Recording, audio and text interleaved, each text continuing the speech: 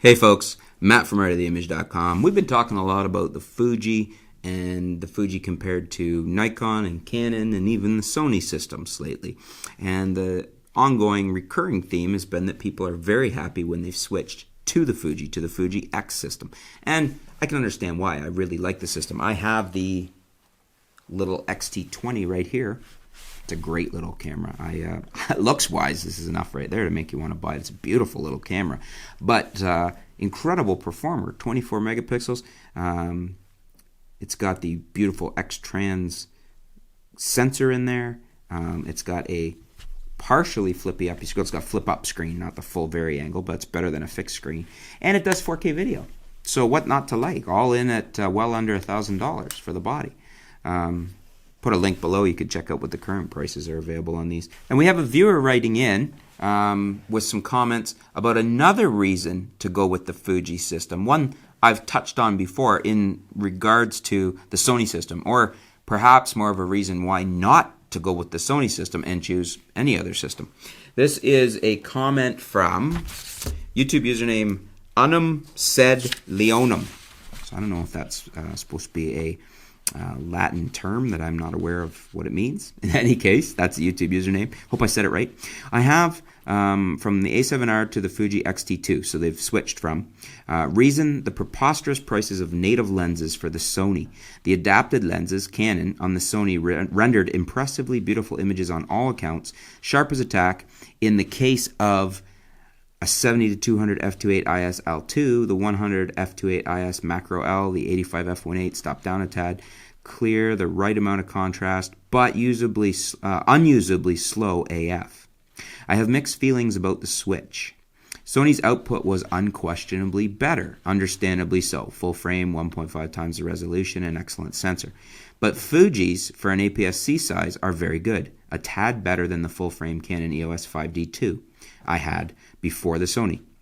The Fuji shows more or less zero chroma noise in low light and exhibits a tad less luminance noise than the full frame Canon, not surprising given the chronological discrepancy. Sony was a pleasure to use, but in that regard the Fuji is even more delightful.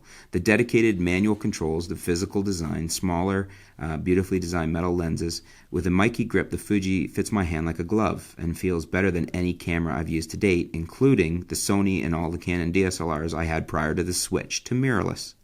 Again, the output in many ways is very good, just short of excellent. I've been pampered. Understand, after 3 years with a full-frame 36 megapixel camera without an AA filter, any smaller sensor or lower resolution camera will distinctively feel like a compromise.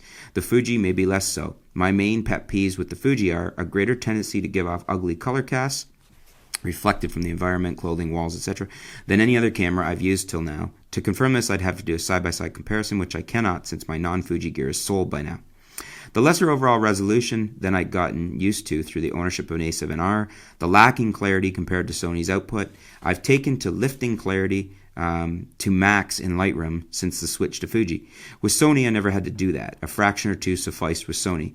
The AF, including AFC, is good with faces, but say a dog approaching even slowly, not one of 10 shots will focus right. All I can manage, if at all, is a sort of in-focus rear quarters, never the head. I mentioned clarity, now there's more. Shooting near objects, the lens renders rather sharp, a tad less than the soft with the lenses mentioned above, but that's to be expected. However, taking a step back, and both the sharpness and the clarity diminish greatly, more than with anything else in my experience, especially the Sony. That's my experience with the Fuji used in combination with a 50mm f2 WR lens, the only Fuji lens in my possession right now. We'll test the 90mm f2 when it's delivered. The lack of IS in body in this day and age, and plus lack of IS in lenses for the most part, is an insufferable omission that must be addressed by Fuji soon. Don't tell me Fuji IS will compromise the picture quality. It doesn't Sony's. Why would it yours? Equip the successor with a 4 to 5 stop 5-axis IBS and 30 megapixels. Had I the resources, I'd keep the Fuji, buy more lenses, but would also procure a Sony A7R III or A9R, as well as a Hasselblad X1D and lenses, and a slew of broncolor lights and modifiers, and a couple of Panasonics with fast lenses for my bicycle tours. Both the Fuji and Sony are a bit too precious to take along on continental bike tours. Wouldn't we all? It sounds like, I know myself, I would totally agree with you. If I had unlimited resources, I would own probably pretty much every camera out there and play with whichever one I wanted on any given day. You make some good points, though. And even more so, it's interesting to hear your feedback on the points why you're not, where the Fuji system is falling down for you, where the weak points for you are in the Fuji system.